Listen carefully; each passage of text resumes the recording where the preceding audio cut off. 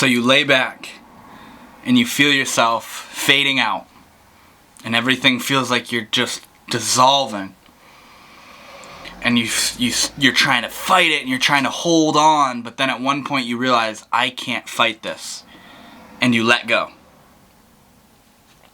And when you let go, suddenly you're being transported through this wormhole, through this tunnel, through this fluctuating tube, through this canal of some sort, and there's all these geometric lights and patterns and kaleidoscopic performances going on all around you, and you feel as though you're being transported. You feel as though you're moving from one space, one place, to another place. And then, suddenly, you're in this space. You're surrounded by this brilliant white light. And that light starts to clear and it starts to take forms. And the forms that it starts to take is this scenery, this place that you're in. And this, you suddenly realize, I'm home.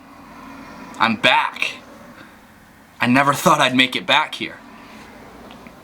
And then, to your surprise, you're greeted by these beings that are all-knowing, that are godlike, that are just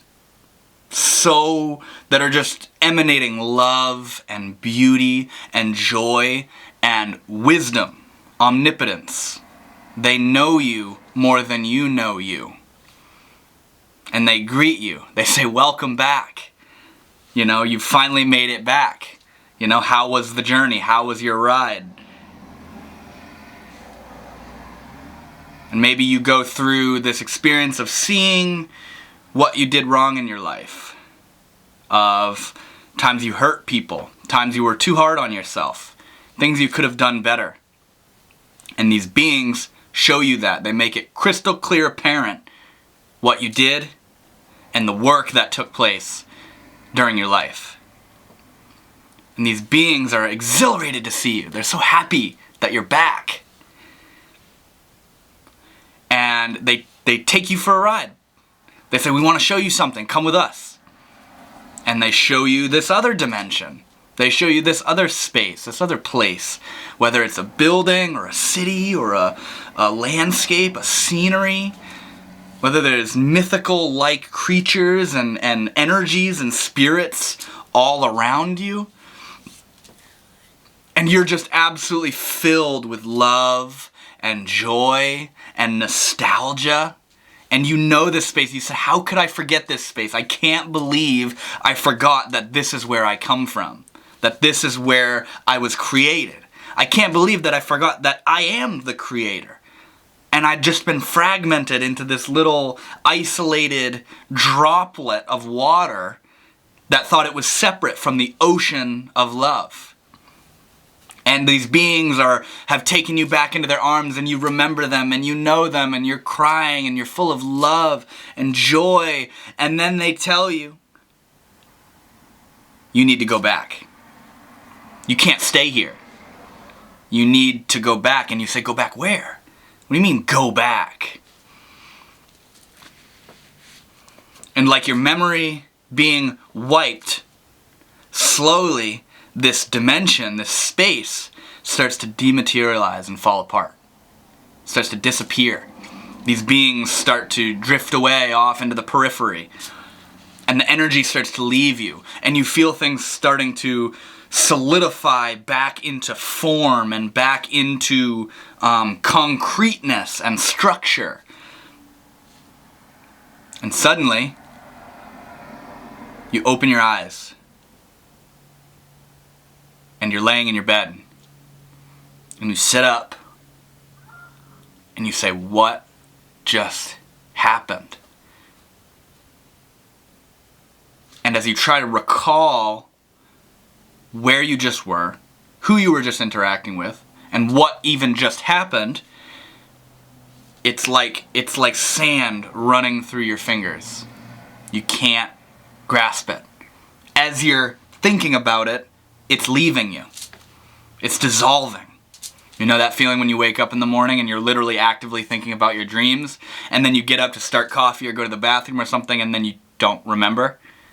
And you were literally just thinking about your dreams, but it just dissolved. And yeah, you sit up and you go, what just happened? And then it's gone. You're back. Now, with no context, what did I just describe? Did I describe Okay, so here's the thing. Here's the kicker. I just described what characterizes at least 50% of near-death experiences, but simultaneously, I just also described what characterizes 50% of DMT experiences. Dimethyltryptamine, a psychedelic drug. DMT is the most strangest experience I've ever had. Ever. And as I got into working with DMT and having experiences like what I just described, I started to realize that there's something very profound going on with this substance. You know?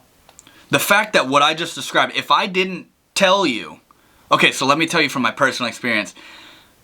I would watch near-death experiences, listen to them, and I realized, I was like, if I skipped the part where they talked about how they had died, this is a DMT trip report that they're talking about.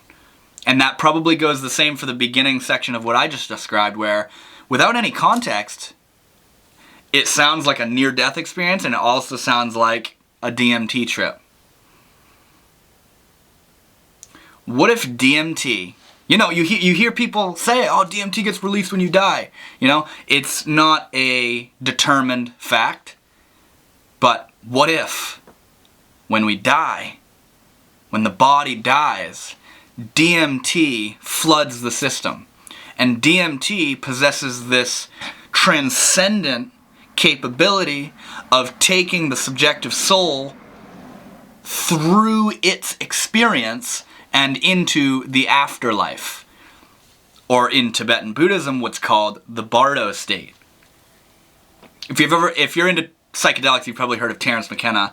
Terence has this story of giving DMT to a Tibetan monk, a Tibetan Buddhist monk, and he let the monk smoke the DMT, and the monk, once he came down from the trip, he said, that is as far into the Bardo state as one can go without not coming back.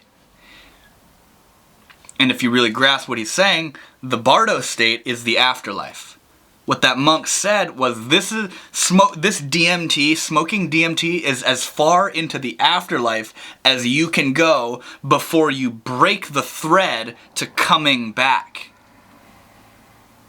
What if when you smoke DMT, you're smoking the death experience?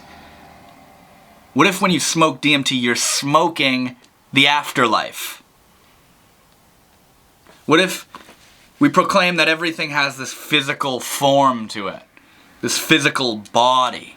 What if DMT is the physical form of consciousness, or a form of consciousness? What if DMT is a chemical that bridges the gap between life and death? And when you smoke DMT, you're really messing with the matrix, if you know what I mean. Because humans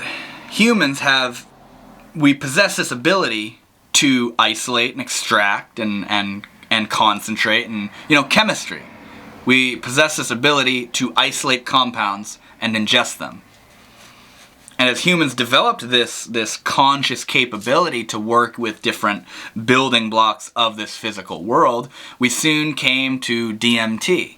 And humans, not only do they possess the ability of chemistry, but they also like to get high out of their minds. So we got DMT, we got it alone, we smoked it. DMT is an essential... Let's imagine that DMT is like this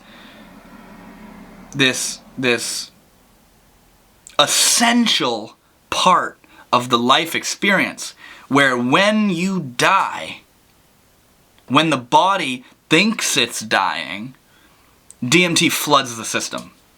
And when DMT floods the system and saturates the entirety of the being to such a degree, it allows, as I said a moment ago, the soul, the consciousness, the subjective self of that person to sort of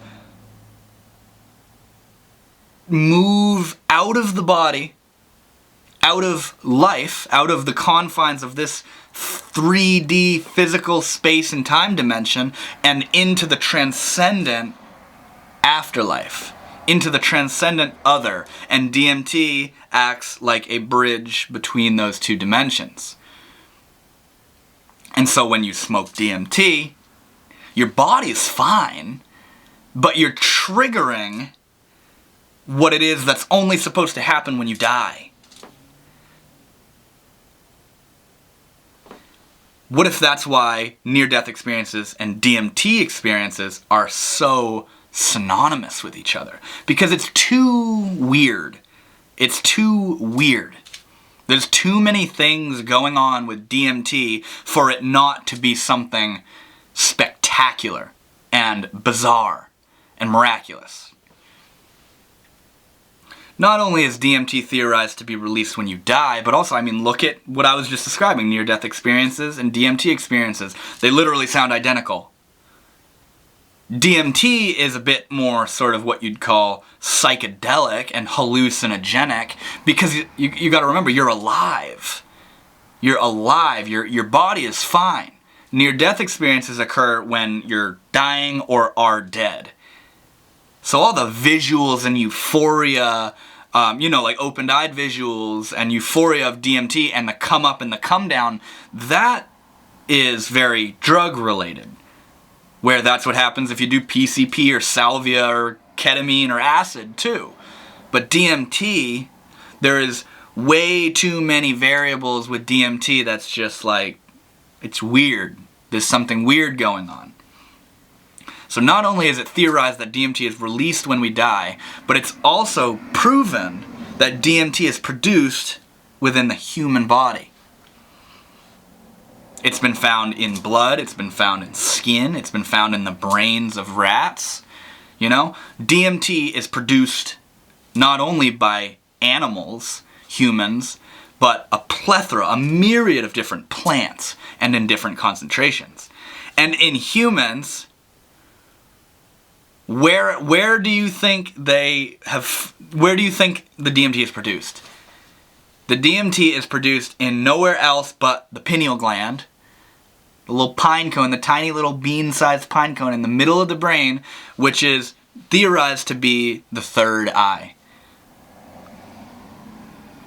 I don't know if this is factual. Don't quote me on this, but I've read before, I think, that the pineal gland has rods and cones, which are the apparatus within the eyes that allow it to perceive light and transform it into visual stimulus. I'm pretty sure that the only two organs in the human body to have rods and cones are the eyes and the pineal gland, the third eye. Maybe that's why they call it the third eye.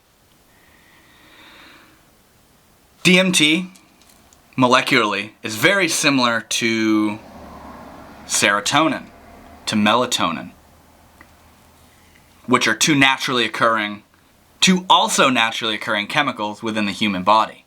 DMT is so simple, so similar, so familiar to the human body that maybe that's why it gets produced so easily and processed so quickly. If you eat DMT, nothing happens because there's an enzyme called the monoamine oxidase within the gut that breaks down DMT. But if you smoke it, it bypasses the gut, goes into your lungs, absorbed into your bloodstream, and is perceived in that route of administration. When you die, what if it's produced in your pineal gland, and then that's why, it bypasses the gut in that way, because it's produced endogenously within the brain. So I want to give you one more taxing bit of information about DMT that's really weird. So you know quartz crystals? Quartz is what's known as a piezoluminescent crystal. Piezoluminescent means it's self-illuminating. It makes its own light. If you take two quartz crystals and you go in a dark room right now and you clack them together, you'll see light emitting through them. Now this is different than a spark. You know, a spark is external, but what I'm talking about is the light glows throughout the crystal. DMT is a piezoluminescent crystal. Where when DMT crystals rub together, light emits throughout them. Now let's theorize that DMT is produced in the pineal gland, which is the third eye, which has rods and cones and can perceive light. What if the death experience, the DMT experience, whether you smoke it or you're dying, is produced and perceived by DMT being endogenously synthesized within the pineal gland, and what you're experiencing is the light inside of your own mind. The light of your own inner consciousness.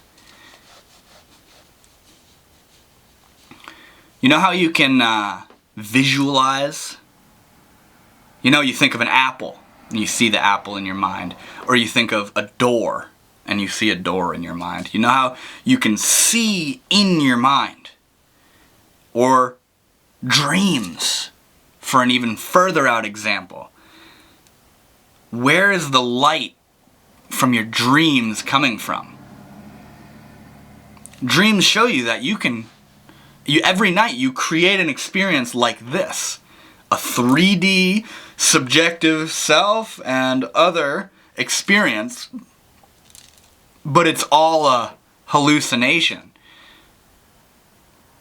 What if the imaginative power of visualization and dreaming is what's responsible for that is DMT in the third eye, in the brain, emitting light in a sophisticated and linear mathematical way. Where the reason you can see an apple in your mind is because DMT does what it does and reacts with all the neurochemistry of our brain and body to project this inner image of an apple. I had this really far out DMT trip one time where I smoked DMT. It was a lower dose, and I started to realize that the first initial effects that I was experiencing was DMT was altering my own perception of my thoughts, where it was like I could think what I wanted, but DMT did what it wanted to my thoughts. So I thought of, an orange. And I saw the orange, visualize an orange. That's what I saw. I saw the orange. But then it grew leaves and did all this weird animating stuff that I didn't think of. I didn't think of it doing that. And then I thought of a pair of eyes, and I saw this pair of eyes in my mind. And then suddenly these eyelids came out from behind it and it got all veiny and the eyes turned to the side and you saw these how if you pull your eyes out of your head there's this vein behind it? I saw that and I could go, whoa dude, I didn't think of that. I didn't think of that. So what I took from that experience was DMT was directly affecting my ability to visualize my own thoughts. DMT was starting to distort and alter that inner visualization. And then, as you all know, if you smoke enough DMT, you have no control over that inner visualization, and that's the trip that you go on, is you sort of break through out of this experience and into a realm that is entirely DMT.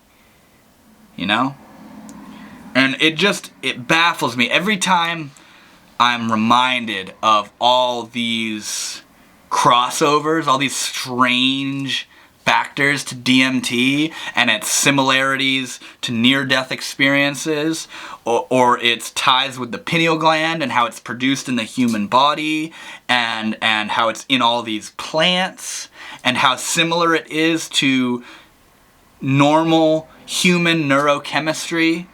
And also, not only all of that, science aside, when I sit down and smoke DMT, it's mind-blowing. I do know that space. Something in me does know that on a primordial kind of level.